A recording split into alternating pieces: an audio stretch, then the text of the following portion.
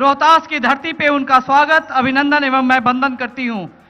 अब मैं बिहार के यशस्वी मुख्यमंत्री आदरणीय नीतीश कुमार जी को इस मंच पे आमंत्रित करना चाहूंगी। वो आए और हमारे शाहाबाद की जनता को अपना उद्बोधन दे। हमारे आदरणीय नीतीश कुमार जी आप आए, अपना उद्बोधन दें।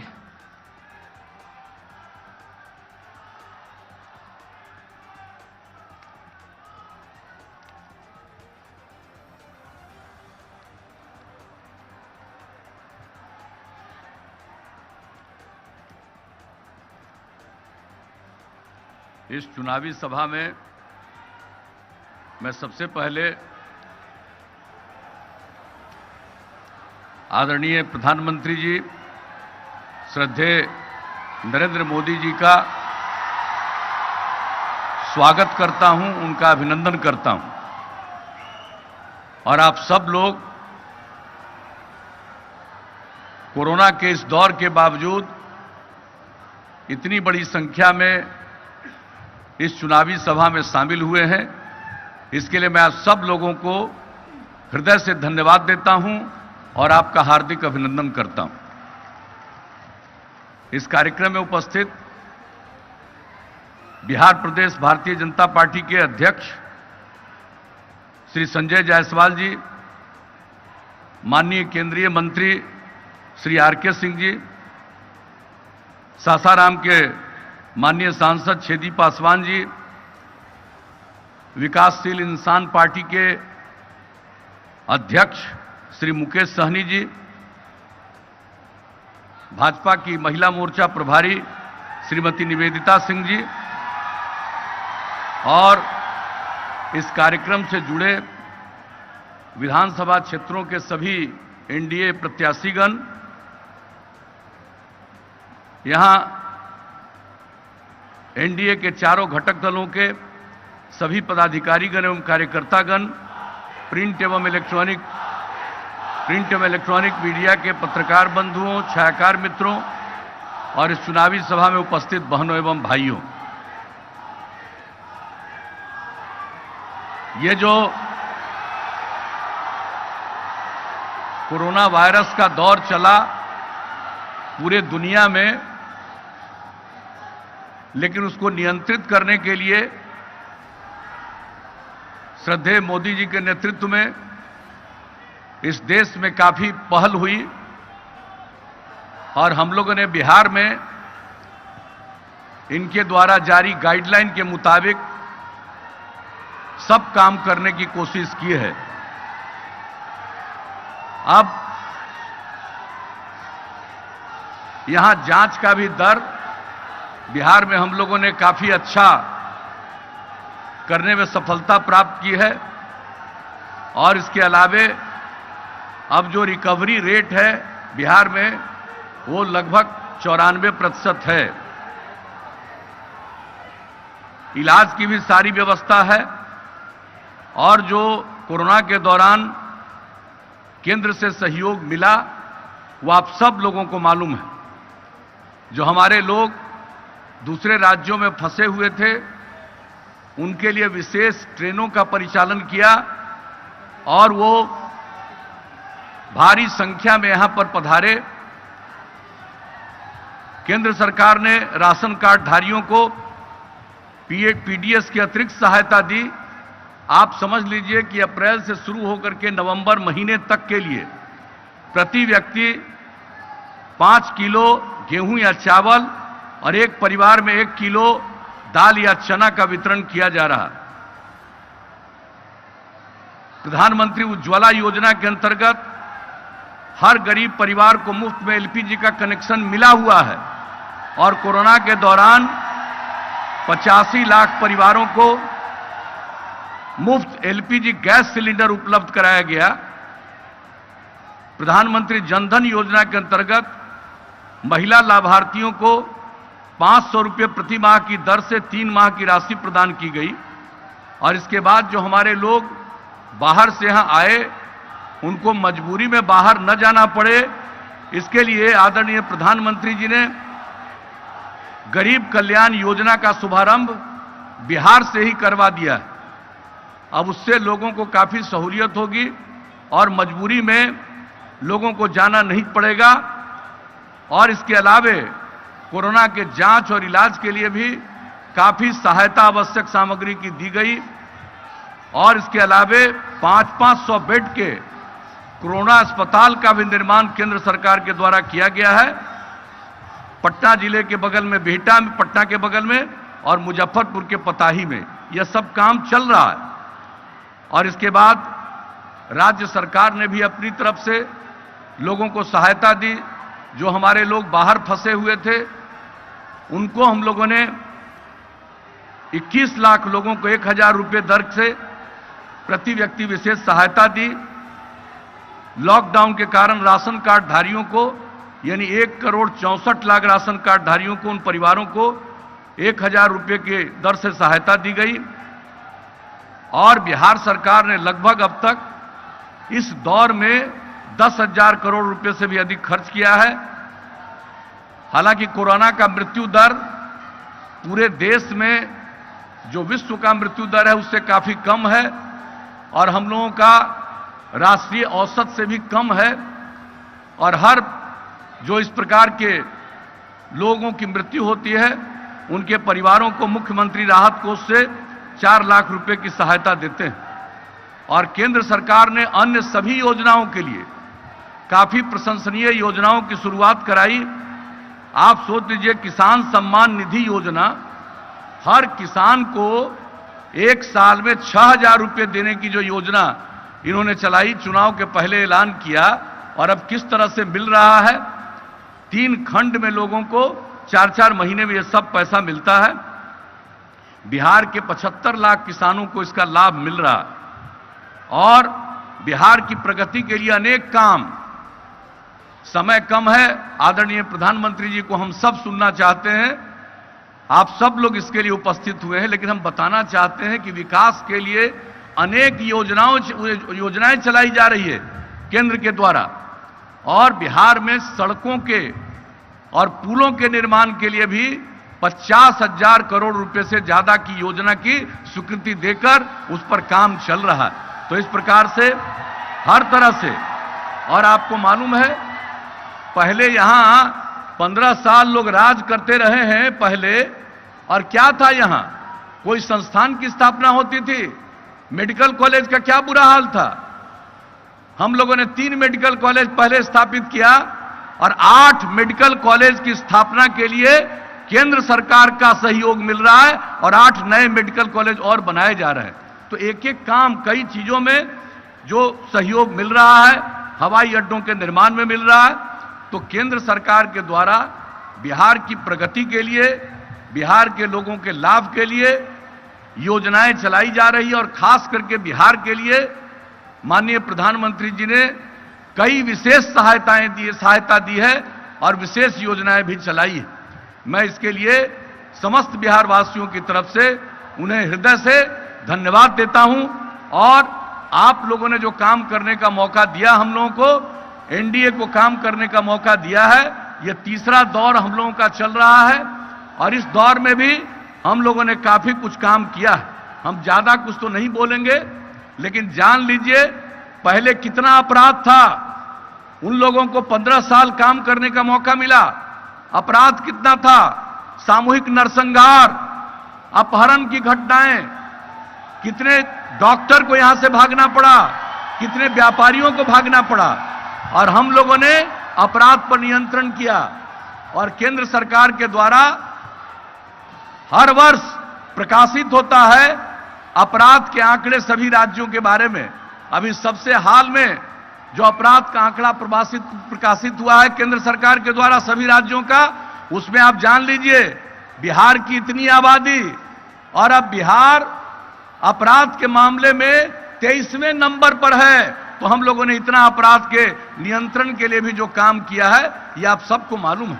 और विकास का दर आप समझ लीजिए, पहले जो विकास कुल सकल घरेलू उत्पाद उनका था, जब उन लोगों का कार्यकाल समाप्त हुआ उस समय 76,466 करोड़, और अब यानी स्थिर मूल्य पर 4,14,977 करोड़ रुपया हो गया। और विकास दर भी बिहार का 12.8%। प्रति व्यक्ति आय में भी वृद्धि 10.52%। तो ये सब काम बिहार के लिए किया गया। और बजट का क्या आकार है? जब उन लोगों को काम करने का मौका मिला तो उनका बजट, जो अंतिम वर्ष का बजट उनका था, और वो बजट 24,000 करोड़ रुपए से भी कम। और जब हम लोगों को काम करने का मौका आप लोगों ने दिया है तो अब बजट का आकार बढ़ते बढ़ते 2,11,000 करोड़ रुपए से भी आगे गया है। तो हम लोगों ने भी सेवा की है। और अब तो हर घर बिजली पहुंचा दिया, हर घर नल का जल पहुंचाने का काम चल रहा है, 83% के करीब पहुंच गया। हर प्रकार से हम लोग पूरे देश में शौचालय का निर्माण, बिहार में भी अब तक वो काम पूरा हो गया। तो ये सब काम किया जा रहा है। और इतना ही हम आपको कहेंगे कि अब पहले क्या हाल था बिजली का। जब उन लोगों को काम करने का मौका मिला तो पूरे बिहार में बिजली की खपत 700 मेगावाट थी और अब 6,000 मेगावाट से भी ज्यादा बिजली की खपत है। तो हर प्रकार से जो विकास का काम है वो सब हम लोग करेंगे। और एक ही बात कहेंगे, अब इसके आगे मौका दीजिएगा तो हर घर में बिजली पहुंचा दिया है, लेकिन इसके बाद हर गांव में हम लोग सोलर स्ट्रीट लाइट लगाएंगे कि रात में अपना बिजली घर का बंद करिए, पूरे गांव में रोशनी रहेगी। अगर आगे मौका दीजिएगा, अनेक काम हम लोग इन सब चीजों के लिए करेंगे। और एक बात आपको आश्वस्त कर देना चाहते हैं कि अगर हम लोगों को आगे काम करने का मौका दिया तो हर खेत तक सिंचाई पहुंचा देंगे हम लोग। एक एक काम हम लोग, ये सब काम आप सब लोगों को करेंगे। और जो नई तकनीक है इन सब, और आप समझ लीजिए, श्रद्धेय मोदी जी के नेतृत्व में केंद्र सरकार ने जो काम किया है, अब जो नई टेक्नोलॉजी है उसका लाभ लोगों को मिले, गांव-गांव तक पहुंचाने का काम ये कर रहे हैं। हम तो यही कहेंगे कि अगली बार मौका मिलेगा तो इस नई टेक्नोलॉजी के बारे में भी हम सब लोगों को, हमारे जितने लोग हैं, युवा हैं, युवती हैं, सब लोगों को उसका प्रशिक्षण कराएंगे। तो आगे मौका दीजिएगा, हम लोग काम करेंगे। अब तक हम लोगों ने सेवा की है और हम लोगों के लिए पूरा बिहार एक परिवार है। समाज के हर तबके के उत्थान के लिए काम किया गया, हर इलाके के विकास के लिए काम किया गया। अगर आप आगे मौका दीजिएगा तो केंद्र सरकार के सहयोग से और राज्य सरकार की पहल से पूरा बिहार बहुत तेजी से आगे बढ़ेगा। हम नई ऊंचाइयों को प्राप्त करेंगे और एक विकासशील बिहार के रूप में यह परिणत होगा। यही कहते हुए मैं पुनः श्रद्धेय प्रधानमंत्री जी का, आदरणीय नरेंद्र मोदी जी का अभिनंदन करता हूं और आप सब लोग इस कार्यक्रम में शामिल हुए, आप सबको धन्यवाद देता हूं। और एक ही अपील करता हूं कि हमारे एनडीए के तमाम प्रत्याशियों को भारी मतों से विजयी बनाइएगा। इन्हीं शब्दों के साथ आप सबको हृदय से धन्यवाद, आपको प्रणाम। मैं अपनी बात समाप्त करता हूं।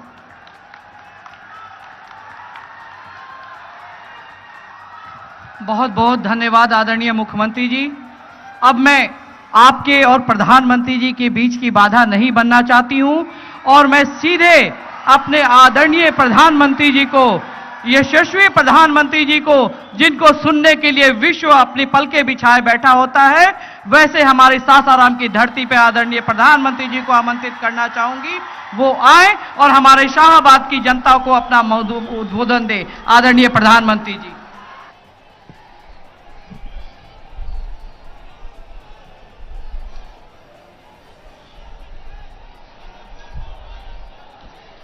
भारत माता की, भारत माता की। बिहार के स्वाभिमानी और मेहनती भाई बहन, आप सभी के प्रणाम।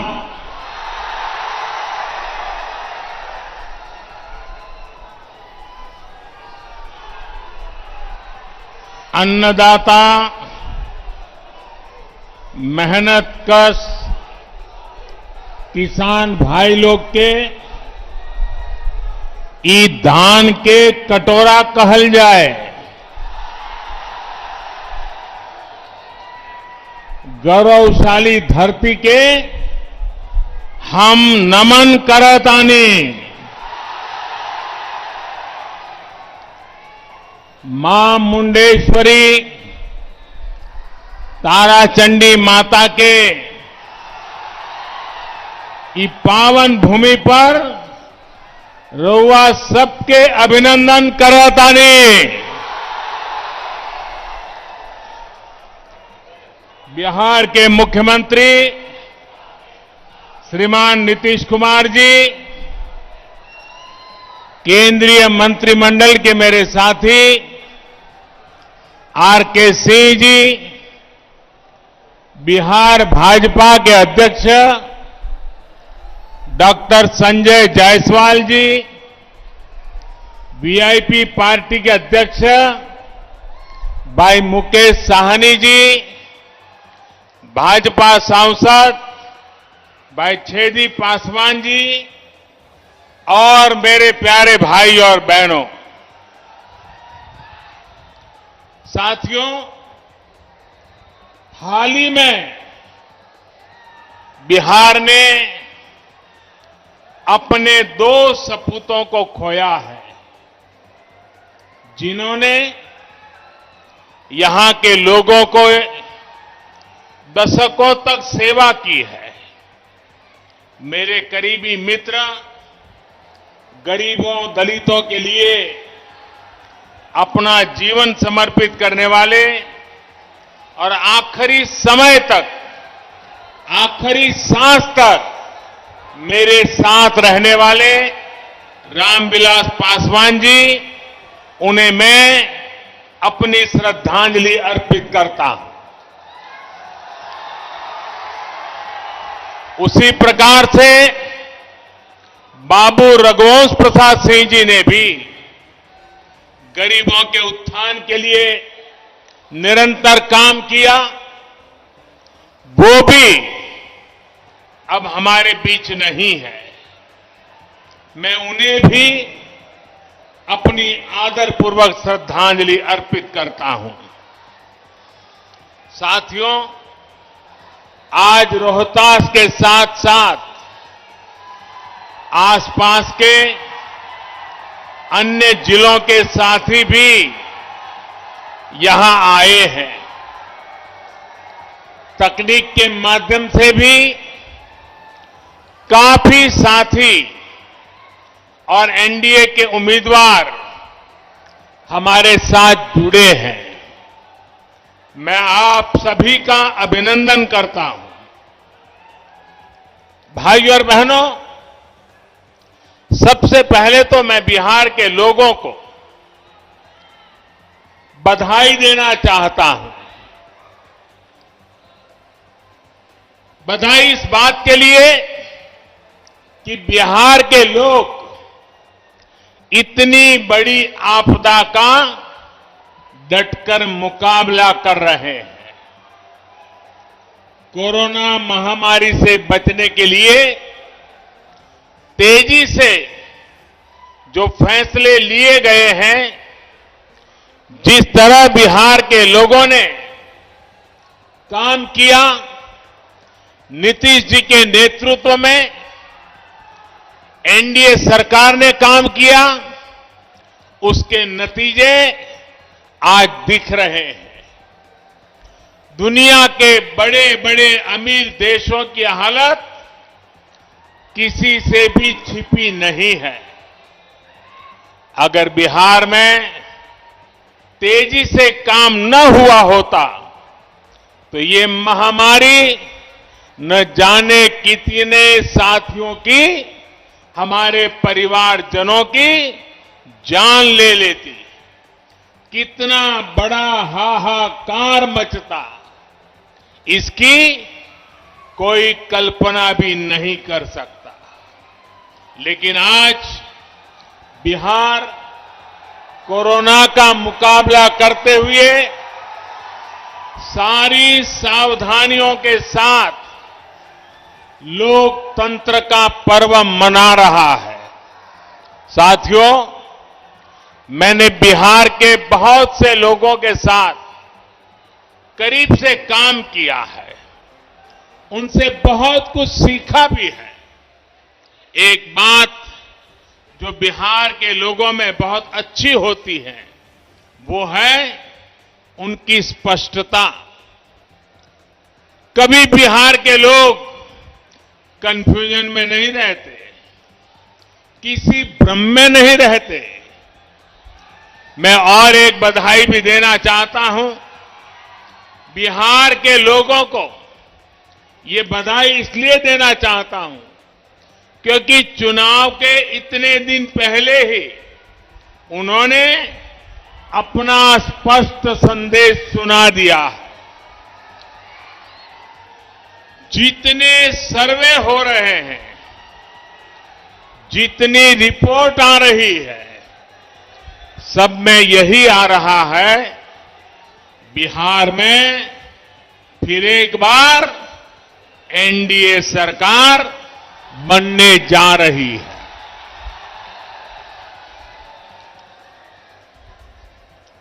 लेकिन मेरे बिहार के प्यारे भाइयों बहनों, हर चुनाव में ऐसा भी होता है जब कुछ लोग भ्रम फैलाने के लिए एक दो चेहरों को अचानक बड़ा दिखाने लग जाते हैं। कभी किसी नई शक्ति के उभरने की बातें फैलाई जाती है, लेकिन इसका मतदान पर कोई असर नहीं पड़ता। बिहार का मतदाता तो इतना समझदार है कि वो भ्रम फैलाने वालों की हर कोशिश को खुद ही नाकाम कर रहा है। बिहार के लोगों ने मन बना लिया है, बिहार के लोगों ने ठान लिया है कि जिनका इतिहास बिहार को बीमारू बनाने का है, उन्हें आसपास भी नहीं फटकने देंगे।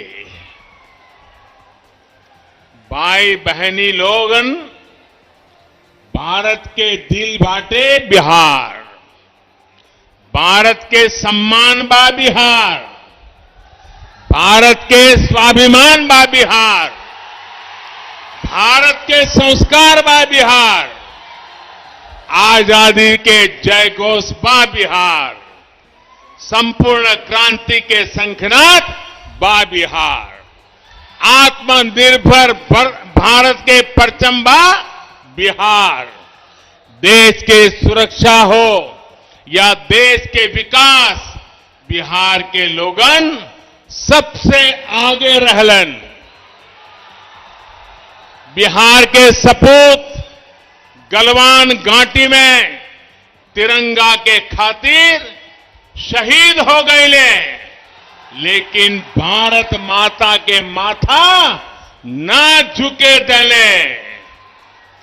पुलवामा हमले में भी बिहार के जवान शहीद भइले। हम उनके चरणन में शीश झुकावतानी, श्रद्धांजलि देवतानी। बिहार अब विकास की ओर तेजी से बढ़त बात है। अब बिहार के कोई बीमारू बेबस राज्य नहीं कह सकत। लालटेन के जमाना गईल।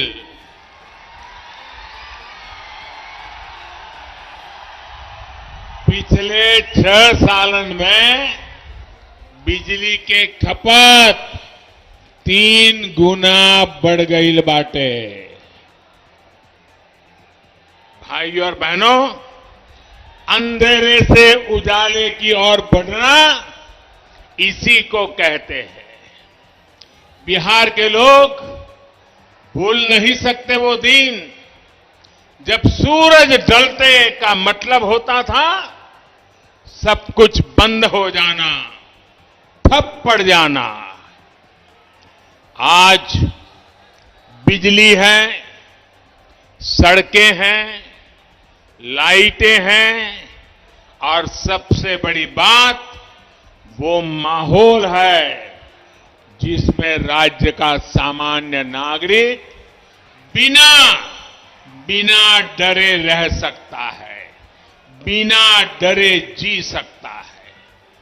वो दिन जब सरकार चलाने वालों की निगरानी में दिन दहाड़े डकैती होती थी, हत्याएं होती थी, रंगदारी वसूली जाती थी, वो दिन जब घर की बेटियां घर से निकलती थी तो जब तक वापस ना आ जाए माता पिता की सांस अटकी रहती थी। जिन लोगों ने एक एक सरकारी नौकरी को,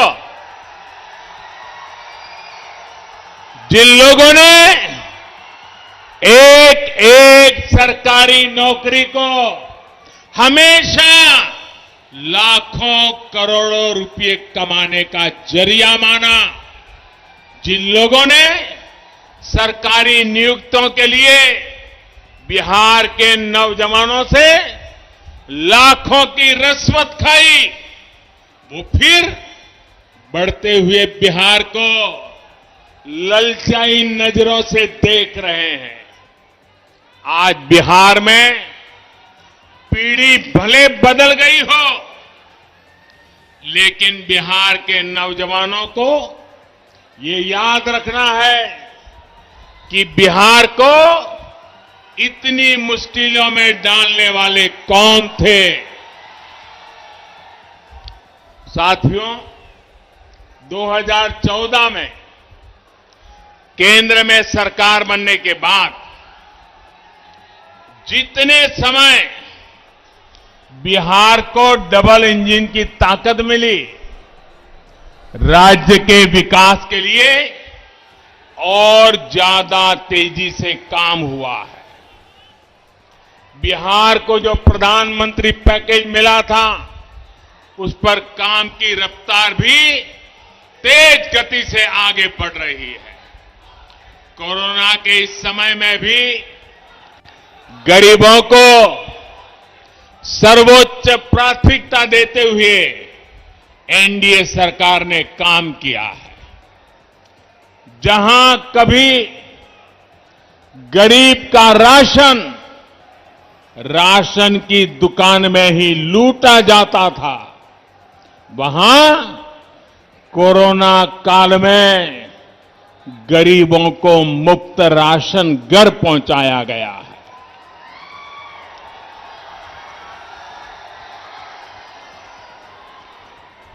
गरीब भूखा न सोए,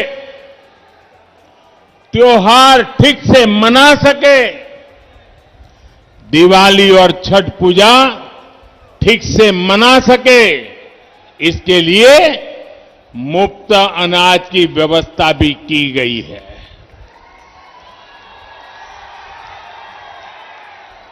इसी कोरोना के दौरान करोड़ों गरीब बहनों के खाते में सीधी मदद भेजी गई, मुफ्त गैस सिलेंडर की व्यवस्था की गई।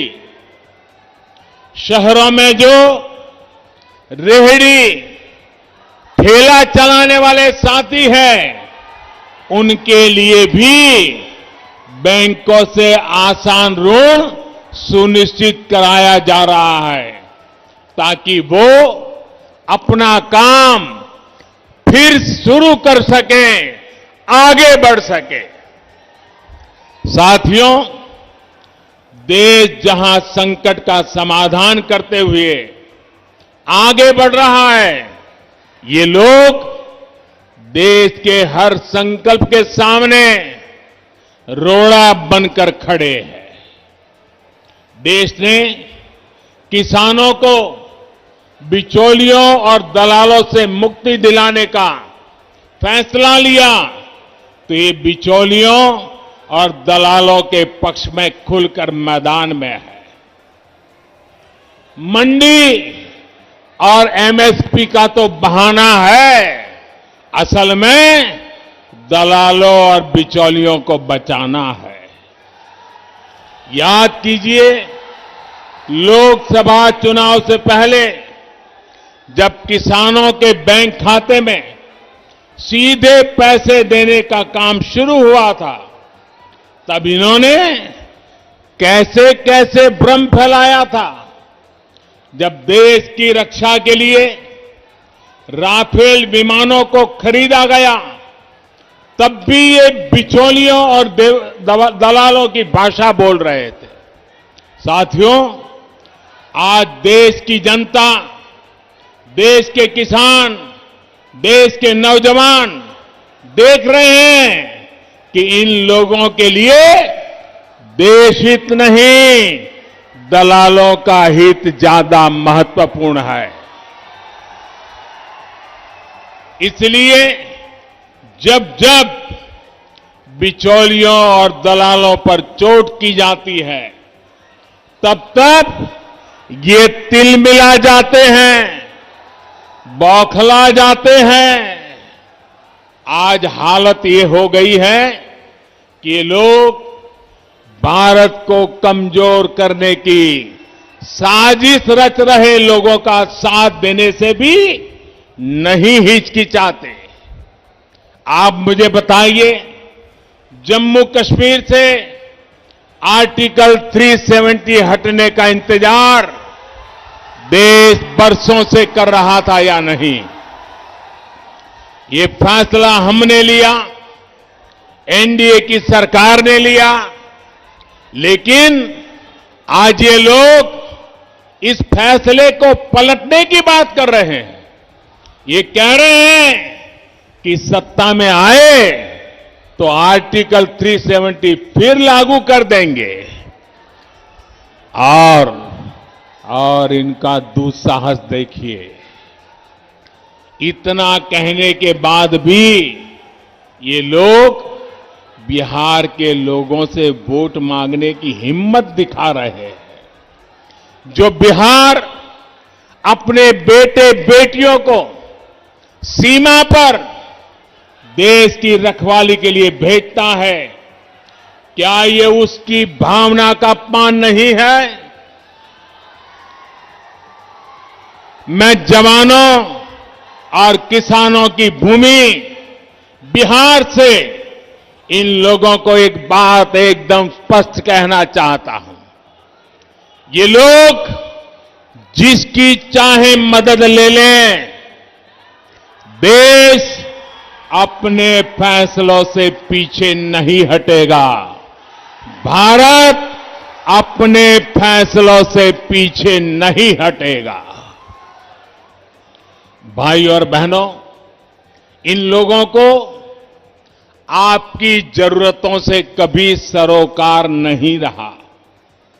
इनका ध्यान रहा है अपने स्वार्थों पर, अपनी तिजोरी पर।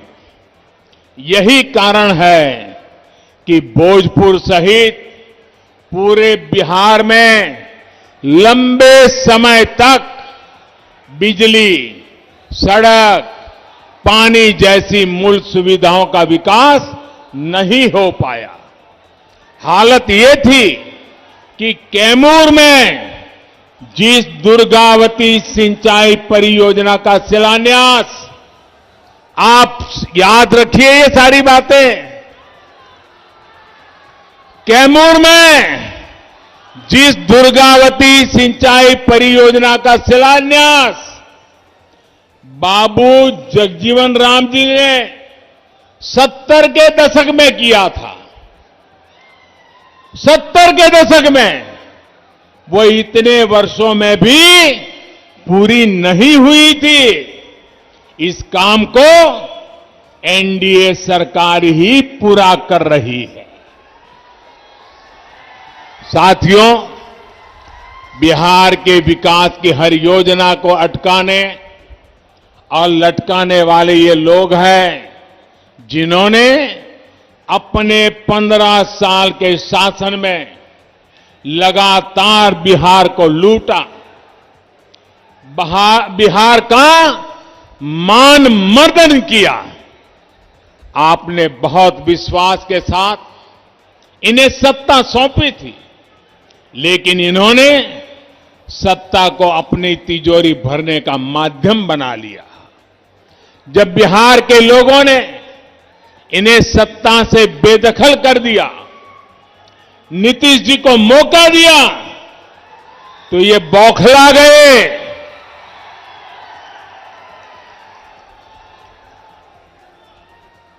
जो बात मैं बता रहा हूं, इसको जरा बारीकी से समझने की कोशिश कीजिए।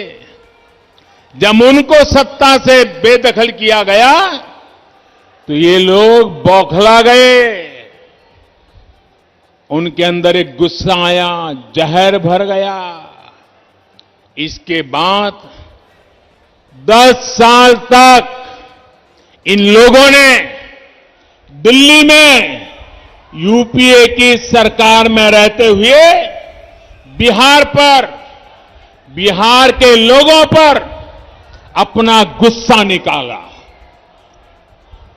और मुझे याद है, मैं भी गुजरात का मुख्यमंत्री था, नीतीश जी बिहार के मुख्यमंत्री थे, और जब हम भारत सरकार की मीटिंगों में जाया करते थे, नीतीश जी बार बार उनको कहते थे कि आप बिहार के काम में रोड़े मत अटकाइए, बिहार के राजनीतिक अखाड़ा दिल्ली को मत बनाइए।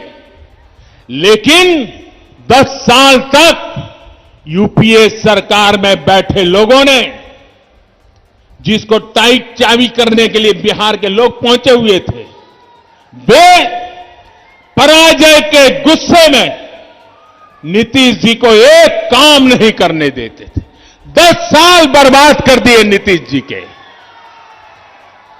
बाद में 18 महीने क्या हुआ, ये मुझे कहने की जरूरत नहीं है, आप भली भांति जानते हैं। इन 18 महीनों में परिवार ने क्या क्या किया, कैसे कैसे खेल किए, कौन सी बातें अखबारों में छाई रहती थी, कौन सी बातें टीवी वालों को भाती थी, ये बातें मुझे कहने की जरूरत नहीं है, बिहार और देश के लोगों से छिपा नहीं है। जब नीतीश जी इस खेल को भांप गए, ये समझ गए कि इन लोगों के साथ रहते हुए बिहार का भला तो छोड़िए, बिहार और 15 साल पीछे चला जाएगा, तो उन्हें सत्ता छोड़ने का फैसला लेना पड़ा। साथियों, बिहार के लिए, बिहार के उज्जवल भविष्य के लिए हम फिर एक बार नीतीश जी के साथ आए। साथियों, 2014 में प्रधान सेवक बनने के बाद, ये आंकड़ा लोगों को याद नहीं आ रहा है, बिहार में याद कराना पड़ेगा। मुझे नीतीश जी के साथ कंधे से कंधा मिलाकर काम करने के लिए सिर्फ 3-4 साल का ही मौका मिला है। बाकी तो यूपीए के साथ संघर्ष करने में बिहार का टाइम गया है। लेकिन इन 3-4 वर्षों में भी कहीं पर 3-4 गुना काम किया, कहीं पर 5 गुना तेजी से काम किया गया है। साथियों, आज एनडीए के सभी दल मिलकर आत्मनिर्भर, आत्मविश्वासी बिहार के निर्माण में जुटे हैं। बिहार को अभी भी विकास के सफर में मीलों आगे जाना है, नई बुलंदी की तरफ उड़ान भरनी है। बीते वर्षों में बिहार के गरीब, दलित, वंचित, पिछड़े, अति पिछड़े, आदिवासी, उन सब तक वो सुविधाएं पहुंचाने का प्रयास किया गया है। जिन्हें पाना कभी बहुत मुश्किल होता था। आज उसको अपना पक्का घर बिना किसी भेदभाव के मिल रहा है। आज वो भी संपन्न परिवारों की तरह गैस चूल्हे पर खाना बना रहा है। आज उसके घर में भी शौचालय की सुविधा है। आज उसके बच्चे भी बिजली की रोशनी में पढ़ाई कर पा रहे हैं। आज वो बीमार होता है तो उसके पास 5 लाख रुपए तक मुफ्त इलाज की सुविधा है। साथियों, शुद्ध पीने के पानी की क्या स्थिति थी, ये बिहार की बहनों बेटियों से बेहतर कौन समझ सकता है। आज जल जीवन मिशन से हर घर जल पहुंचाने का काम तेजी से चल रहा है। इस मिशन का लाभ यहां इस क्षेत्र में रहने वाले हमारे आदिवासी भाई बहनों को भी होगा। उनके घर में भी पाइप से पानी पहुंचेगा। साथियों, हमारे यहां गांवों के घरों के स्वामित्व को, घर का मालिक कौन है, उसका स्वामित्व किसके पास है, इन बातों को लेकर हमेशा बहुत बड़ा सवाल रहा है। गांव की जमीन, इन जमीनों पर घर, पुरखों के बनाए घर, इनमें बरसों से जो लोग रहते रहे हो, लेकिन सरकारी दस्तावेजों में इनका अस्तित्व ही नहीं रहता। ऐसे में अक्सर 2-4 फुट को लेकर हर घर के साथ दूसरे का विवाद चलता रहता है, रिश्तेदारों में विवाद चलता रहता है, गांव में झगड़े होते रहते हैं, मार पिटाई होती है, कभी कभी मौत बुला ली जाती है। इन जमीनों पर, इन घरों पर मैं बिहार के हर गांव के नागरिक से बात विशेष रूप से कहना चाहता हूं। इन घरों पर आज जो उनके घरों के पास कागज होने के कारण बैंकों से कोई कर्ज भी नहीं मिलता है।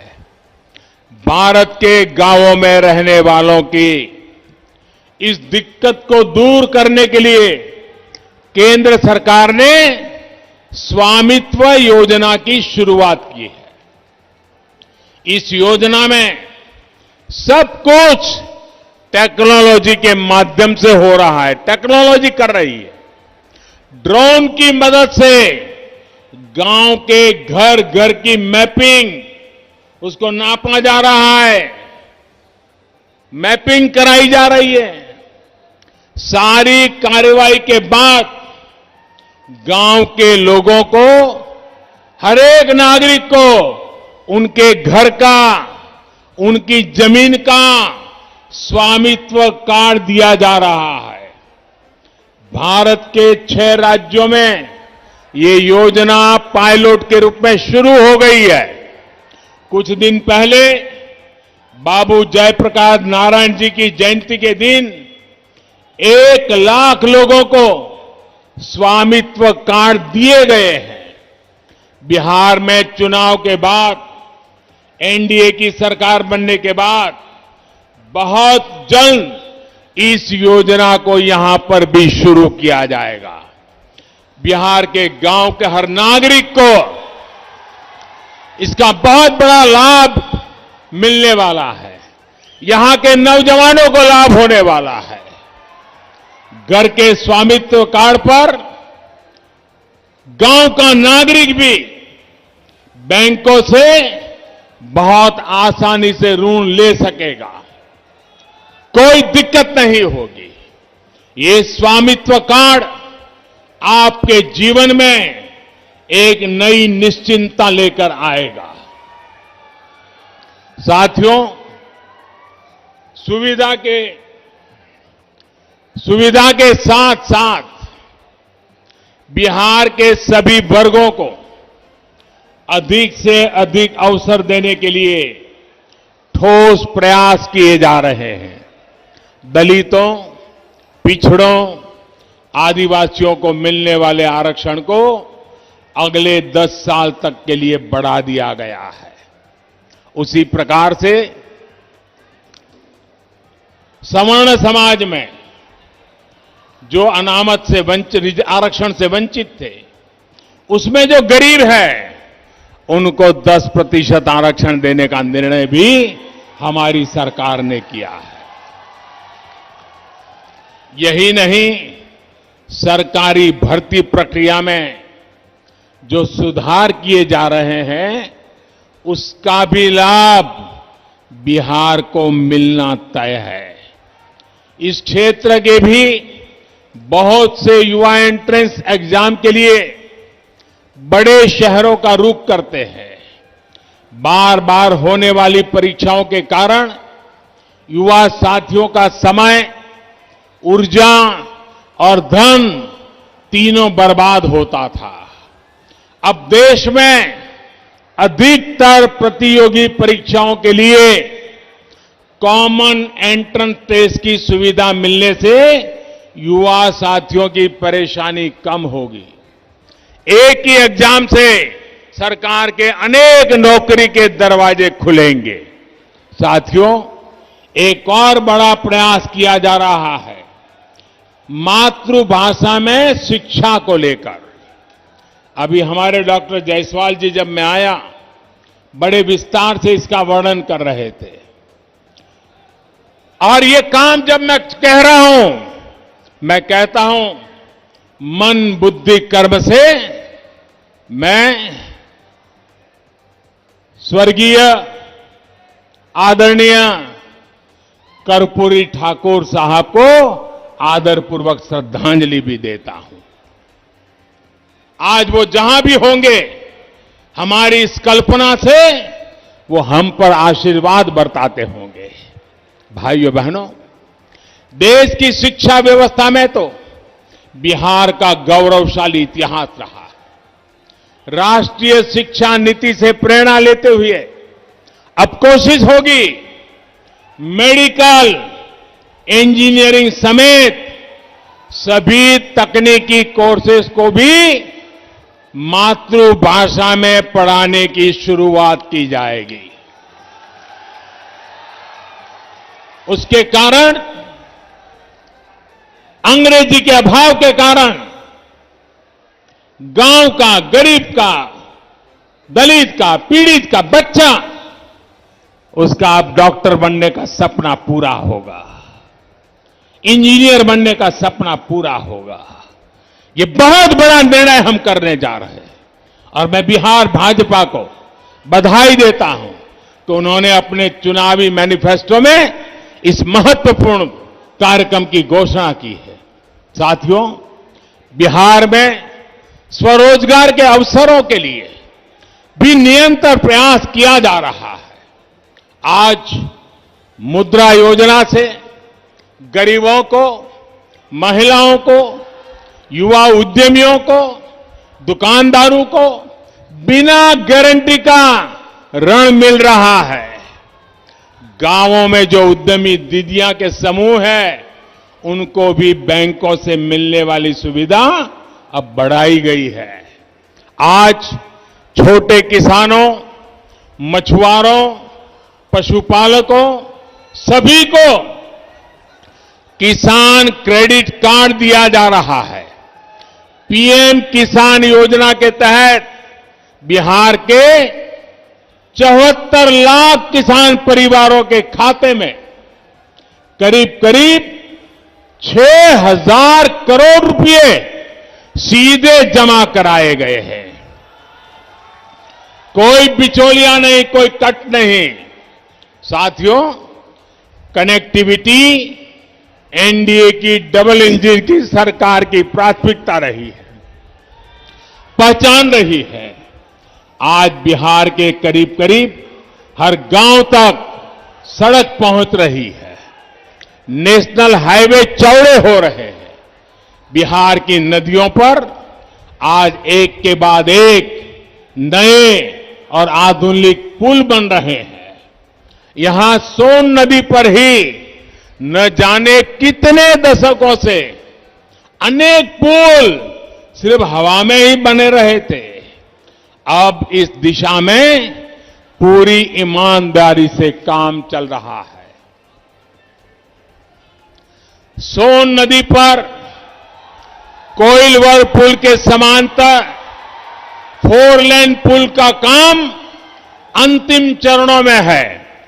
बिहार को झारखंड से कनेक्ट करने के लिए भी सोन नदी पर पुल बनाया जा रहा है।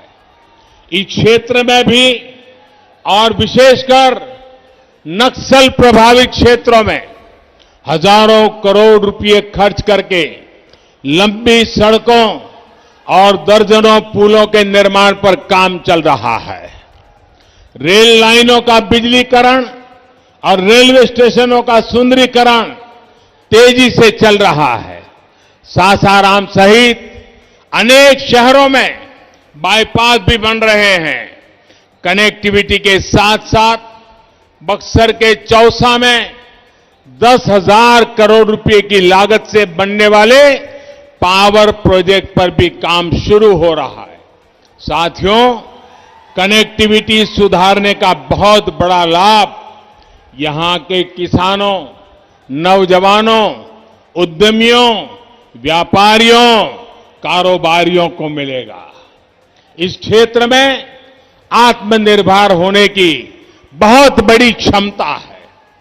कैमूर का सोनाचूर चावल हो या आदिवासी साथियों की वन उपज हो, फल सब्जियां हो, इन सब से अब ज्यादा आय होने की संभावना बड़ी है। अब केंद्र सरकार गांवों में भंडारण और दूसरी सुविधाएं बनाने के लिए लाखों करोड़ रुपए खर्च करने जा रही है। इससे इस क्षेत्र में भी फूड पार्क जैसी सुविधाएं विकसित होंगी। हाल में कृषि क्षेत्र से जुड़े जितने भी सुधार किए गए हैं, उनका लक्ष्य ये भी है कि गांव के पास ही ज्यादा से ज्यादा कृषि से जुड़े उद्योग लगे। भाइयों और बहनों, आत्मनिर्भरता के संकल्प को मजबूत करने के लिए फिर नीतीश जी की अगुवाई में सरकार बनाना जरूरी है। बिहार में भाजपा, जेडीयू, हम पार्टी और वीआईपी के गठबंधन यानी एनडीए की सरकार जरूरी है। बिहार को आत्मनिर्भर बनाने के लिए, देश को आत्मनिर्भर बनाने के लिए एनडीए की जीत जरूरी है। मुझे खुशी है कि बूथ लेवल पर भी एनडीए के सभी कार्यकर्ता, सभी राजनीतिक दलों के घटक दलों के साथी एकजुट होकर के पूरी ताकत से जुटे हुए हैं, एक दूसरे के साथी बने हुए हैं। इस बार तो मैं देख रहा हूं कि मतदाता, बिहार की महिलाएं, बहनें, बेटियां एनडीए को जिताने के लिए पूरी ताकत झोंक रही है। जो भी एनडीए का है, उसकी जीत के लिए ये साझा संकल्प सभी की बहुत बड़ी ताकत है। आप सभी समय निकालकर हम सभी को आशीर्वाद देने आए, इसके लिए आपका फिर से बहुत बहुत धन्यवाद। भारत माता की, भारत माता की, भारत माता की।